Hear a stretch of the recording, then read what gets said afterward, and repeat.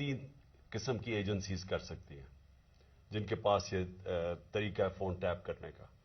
وہ phone tape کرتی ہیں اور پھر جب بھی ان کو بلیک میل کرنا ہو کسی کو، اپنا مقصد یہ نہیں کہ پاکستانیوں کی بہتری کے لیے، لیکن وہ استعمال اس کو کرتے ہیں جب بھی ان کا کوئی سیاسی مقصد پورا کرنے کو، تو وہ یہ پھر آڈیو ٹیپ سامنے آ جاتی ہے.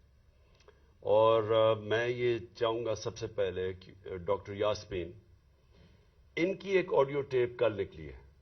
یہ بات کر رہے تھے جو پرانے سی سی پی او ڈوگر صاحب تھے، ان کے ساتھ یہ بات کر رہی تھی، تو ان کی آڈیو ٹیپ ایک دم ریلیز ہو گئی. تو میں یہ پہلے چاہتا ہوں کہ یہ بتائیں کہ اس کے پیچھے کیوں یہ ریلیز کی گئی، اس کے پیچھے کیا تھا، اور یہ کیوں بات کر رہی تھی.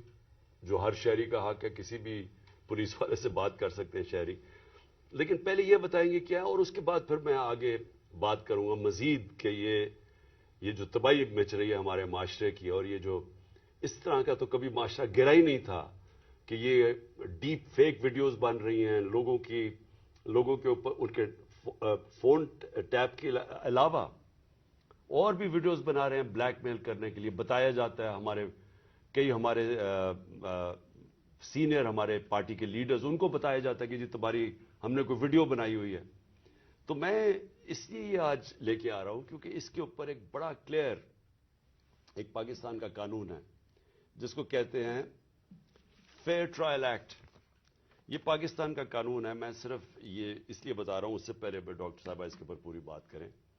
یہ قانون یہ کہتا ہے کہ کوئی کسی کا فون ٹیپ نہیں کر سکتا. کوئی agency, I S I, I B, police, یہ کسی کا فون ٹیپ نہیں کر سکتے جب تک یہ انٹیریئر منسٹر کو کہیں اور انٹیریئر منسٹر عدالت میں جائے اور پھر عدالت کا جج ان کو اجازت دے کہ ہاں یہ ملک کی ضرورت ہے، یہ اس سے دہشت گردی بچ سکتی ہے یا ملک کے کوئی نیشنل انٹرسٹ پروٹیکٹ ہو سکتا ہے. وہ پھر اجازت دیتا ہے اور اس اجازت کے بعد پھر فون ٹیپ کر سکتے ہیں. اس کے علاوہ کوئی فون کسی کا ٹیپ نہیں کر سکتا. تو پھر میں آپ کو یہ بتا دوں کہ بے نظیر بھٹو کی حکومت 1996 میں جب ہٹائی گئی تو ایک وجہ دی گئی تھی سپریم کورٹ میں کہ بے نظیر کے گورنمنٹ کے دوران فون ٹیپس کیے جاتے تھے بڑی بڑی پرسنالٹیز کے اور سیاسی مخالفین کے اور ججز کے. یہ ایک وجہ دی گئی تھی 96 میں. میں اس سے پہلے آپ کو بتا دوں کہ امریکہ کا بڑا طاقتور پریزیڈنٹ تھا صدر نکسن. نکسن کی واٹر گیٹ سکینڈل ہوئی کیا تھی کہ وہ مخالفین کے فون ٹیپ کر رہا تھا. اس کی وجہ سے اس پریزیڈنٹ کو ریزائن کرنا پڑا. تو آج یہ جو کھلے عام ہو رہا ہے، پہلے تو میں چاہوں گا کہ ڈاکٹر یاسمین آپ سے بات کریں، اس کے بعد پھر میں بات کروں گا. بسم اللہ الرحمن الرحیم. کل دوپہر میں جب یہ آڈیو لیک ہوئی تو میں نے جب وہ آڈیو سنی تو مجھے امیڈیٹلی احساس ہوا کہ یہ کس مقصد کے لیے یہ لیک ہوئی ہے. وجہ یہ تھی کہ میں پچھلے 4 ماہ سے خان صاحب کی جو جے آئی ٹی بنی تھی، خان صاحب پہ جو قاتلانہ حملہ ہوا تھا، اس جے آئی ٹی کو فالو اپ میں کر رہی تھی، اور خاص طور پہ جو اینٹی ٹیررسٹ کورٹ ہے گجرانوالہ کا، اس میں فالو اپ کر رہی تھی. اور یہ میں نے جب دیکھا کہ یہ کیوں کیا گیا ہے، وہ اس لیے کیا گیا کہ ہمارے جے آئی ٹی کا جب بنا تو اس کا کنوینر جو تھے یہ ڈوگر صاحب تھے جو سی سی پی او تھے اس وقت. اور انہوں نے ڈوگر صاحب نے یہ بات انکشاف کر دی تھی حکومت کے سامنے کہ اس میں 3 لوگ ملوث ہیں. یعنی جو اسیسنیشن اٹیمپٹ ہے خان صاحب کے اوپر، وہ باقاعدہ ایک آرکسٹریٹڈ اٹیمپٹ تھی. اور انہوں نے کہا کہ امپورٹنٹ چیز ہے کہ انہوں نے بتایا کہ ایک بندہ نہیں، اس میں 3 لوگ کم سے کم ملوث تھے، اور ان کا ایویڈنس انہوں نے کورٹ کو دے دیا تھا. اور اس کے بعد جو پتا چلا وہ یہ ہے کہ افسروں کو بلیک میل کیا گیا. یہ کورٹ میں جب ایویڈنس کیا اور بلیک میل ہو کے کچھ افسروں نے ریزائن کر دیا، لیکن سی سی پی او جو ہیں ڈوگر صاحب، ہی اسٹک ٹو ہز گنز، وہ اسی طرح انہوں نے مینٹین کیا کہ یہ انکشاف ہوئے.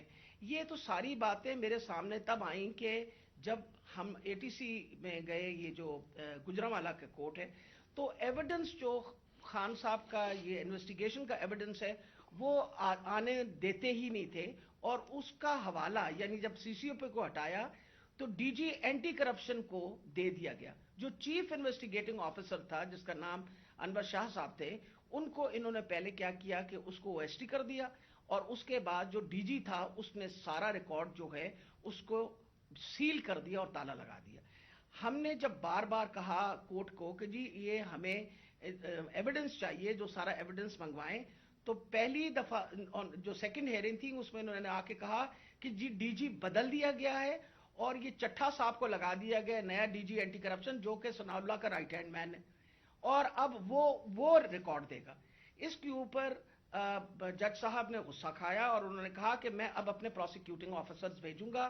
انہوں نے اپنے پروسیکیوٹنگ آفیسرز بھیجے، اور پروسیکیوٹنگ آفیسرز نے جب وہ کمرہ کھلا اور تالا کھلا تو دیکھا گیا کہ ایویڈنس سارا غائب ہو چکا ہے، اور چند صفحے 11 صفحے رہ گئے تھے اس سارے ایویڈنس کے، باقی سارا کچھ چوری ہو گیا.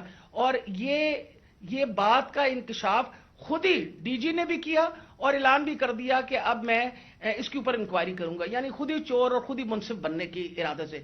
میرے لیے یہ ایک اتنا بڑا ہمارے لیے سانحہ تھا کہ سارا ایویڈنس جو ہے اس کو انہوں نے خرد برد کر دیا، کہ جب ہائی کورٹ کا آرڈر پتا چلا کہ جی ہائی کورٹ نے سی سی پی او کو دوبارہ لگایا ہے، تو میں نے مناسب سمجھا کہ میں سی سی پی او سے پوچھوں کہ کب آپ کی اپوائنٹمنٹ ہو گئی ہے، کیونکہ ہماری جو جے آئی ٹی ہے وچ از دا ریل جے آئی ٹی، جو اس وقت حکومت تھی اور حکومت نے یہ سارا کچھ کیا تھا، جے آئی ٹی بنائی تھی وچ از a legal J I T, تو ہم نے تو آلریڈی اس پہ ہمیں ٹرسٹ تھا کہ یہ بندہ جو ہے. تو میں نے ان سے پوچھا کہ آپ کب تک جوائن کر رہے ہیں، تو انہوں نے کہا جی ابھی تک میرے آرڈرز نہیں آئے. وہ آپ نے سارا ٹیپ سنا جس کے اندر کوئی ایسی بات نہیں پوچھی گئی.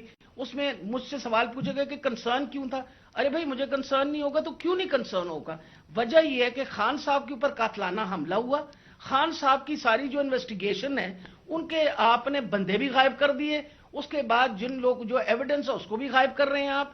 تو ہمیں تو بالکل کسی طریقے سے کسی اور پہ ٹرسٹ نہیں تھا، اور ہمیں امید تھی کہ اب سی سی پی او کے واپس آنے سے، یعنی ڈوگر کے واپس آنے سے ہم دوبارہ اپنا جے آئی ٹی جو ہے وہ شروع کر دیں گے.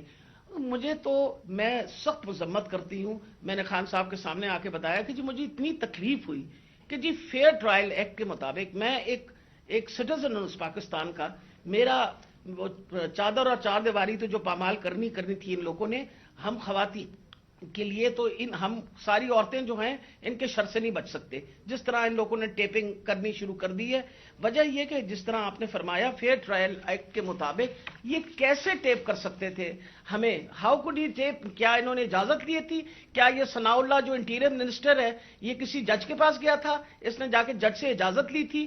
آئی want to know about it. اور میں انشاءاللہ خان صاحب کو بتایا کہ میں کورٹ میں جا رہی ہوں اور میں کورٹ کے اندر سے جا کے یہ سارے سوالوں کا جواب دوں گی کہ یہ آئی ایس آئی بی یا پولیس میں سے کس نے ٹیپ کیا اور پھر کس طرح ریلیز کیا. کیونکہ میں یہ سوچتی ہوں کہ میرا جو بنیادی انسانی حقوق ہیں، جو میرا رائٹ ہے، وہ اس کے اوپر بہت بڑا حملہ ہوا. جی شکریہ ڈاکٹر یاسمین. میں آج اپنی سپریم عدلیہ سے مخاطب ہوں. 4 مہینے پہلے میں نے سپریم کورٹ کے اندر اسی فیئر ٹرائلز ایکٹ کے تحت میں نے ایک پٹیشن دائر کی تھی، اور اس میں وہ پٹیشن کیا دائر کی تھی کہ ٹیپس نکلی، آڈیو ٹیپس نکلی کہ میں جب پرائم منسٹر تھا، میرے پرائم منسٹر ہوتے ہوئے میرے جو بات چیت کر رہا تھا میں اپنے پرنسپل سیکرٹری سے، وہ میری آفیشیل لائن تھی، اس لائن کا ٹیپ کیا گیا، اور جو میری اعظم خان سے بات ہو رہی تھی اس کو ڈاکٹر کر کے اور اس کو ریلیز کیا گیا. اس کے علاوہ بشرا بیگم وہ آفیشیل لائن سے کسی سے بات کر رہی تھی، ان کی بھی ٹیپ کر کے وہ جو ان کی بات چیت تھی، جو کانورسیشن تھا، اس کو بھی ڈاکٹر کر کے چینج کر کے اور 2 دفعہ وہ ریلیز کی گئی. تو میں اس لیے یہ اپروچ کیا سپریم کورٹ کو کہ میرا تو چلے، ایک تو یہ ہے کہ جو ڈاکٹر صاحبہ نے کہا کہ یہ ہمارے فنڈامنٹل رائٹ کی وائلیشن ہے.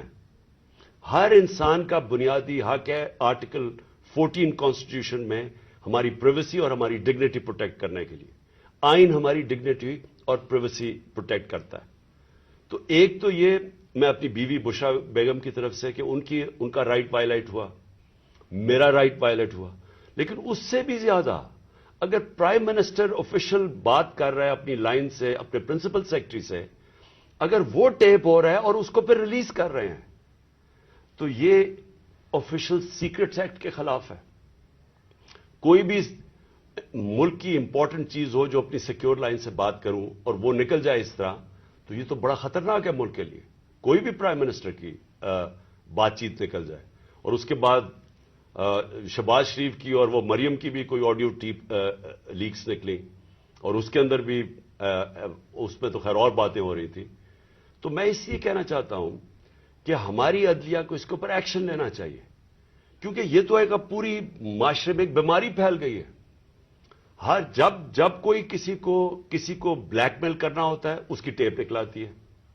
سپریم کورٹ کے جج کے اوپر ان کی پرویز لائی کی وہ کوئی ٹیپ نکلائی, اور وہ صرف بلیک میل کرنے کے لیے, کیونکہ اس وقت پاکستان کی تاریخ کا ایک بہت اہم ایشو ہے 90 ڈیز کے اندر الیکشن کروانا. یہ ساری قوم اب دیکھ رہی ہے کہ کیا آئین کے اوپر ہماری عدلیہ 90 ڈیز میں 90 دن میں الیکشن کروا سکے گی یا نہیں کروا سکے گی. اور یہ اب عدلیہ کو بلیک میل کرنے کے لیے کوشش کی جا رہی ہے. اور انٹیریئر منسٹر, ملک کا انٹیریئر منسٹر خود بیٹھ کے ایک فون ٹیپ کی بات کرتا ہے, جب ڈائریکٹ اس کی ذمہ داری تھی کہ یہ ہوا کیسے فون ٹیپ. کیا اس نے پرمیشن لی تھی کسی عدلیہ سے, کسی ہائی کورٹ کے جج سے اجازت لے کے یہ فون ٹیپ کیا تھا؟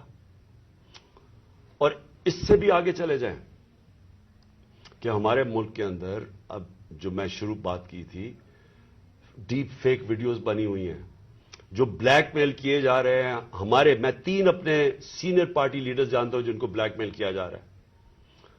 اس کے بعد سب کو یاد ہے کہ مریم نواز نے بیٹھ کے ایک اناؤنس کیا کہ میرے پاس آڈیو ٹیپس ہیں یا ویڈیو ٹیپس ہیں ججز کے اوپر, وہ ارشد ملک کا جو کیس تھا. اس کے بعد ریٹائرڈ جسٹس ثاقب نثار کی ایک آڈیو ٹیپ نکلی جو بعد میں پتا چلا کہ فیک تھی, یعنی جوڑی ہوئی تھی, جو ڈیپ فیک تھی, یعنی اس کو پیس ٹوگیدر کیا ہوا تھا. اور اس کے علاوہ اب تو جنرل باجوہ نے بھی کہہ دیا کہ میرے پاس ٹیپس ہیں. تو یہ کیا اس ملک میں کنٹرول کرنے کے لیے, لوگوں کو بلیک میل کرنے کے لیے سب کچھ ہو رہا ہے؟ اور اب ٹیکنالوجی ادھر چلی گئی ہے تو یہ تو کوئی بھی اب کر سکتا ہے. آپ ڈیپ فیک ویڈیوز جو ہیں اس کی کبھی ٹیکنالوجی دیکھ لیں, کسی کے اوپر بھی آپ یہ ٹیپس بنا سکتے ہیں اور آپ ان کو بلیک میل کر سکتے ہیں. تو اس لیے میں ریکویسٹ کروں گا اپنے سپریم کورٹ کو کہ 4 مہینے پہلے میں نے یہ پٹیشن دائر کی تھی. ایز ایکس پرائم منسٹر میری سیکیور لائن کو ٹیپ کر کے اور پھر اس کو ڈاکٹر کر کے پبلک میں دکھایا گیا, اور پھر یہ جو بار بار بلیک میل کرنے کے لیے کہ جی ہم آپ کی فون ٹیپ کر کے آپ کی کوئی ٹیپس نکال دیں گے. اور یہ جو ڈاکٹر یاسمین کا ہوا یہ اس لیے امپورٹنٹ ہے کہ ان کا یہ صرف اور صرف یہ جو انکوائری ہو رہی ہے, یہ جو جے آئی ٹی کی انکوائری ہے میرے اوپر جو قاتلانہ حملہ ہوا تھا, صرف اس کو اب سیبوٹاج کرنے کے لیے کیا گیا ہے. کیونکہ سارے آفیسرز کو انہوں نے ڈرا دھمکا کے جو جے آئی ٹی کے تھے ان کو تو پیچھے ہٹا دیا.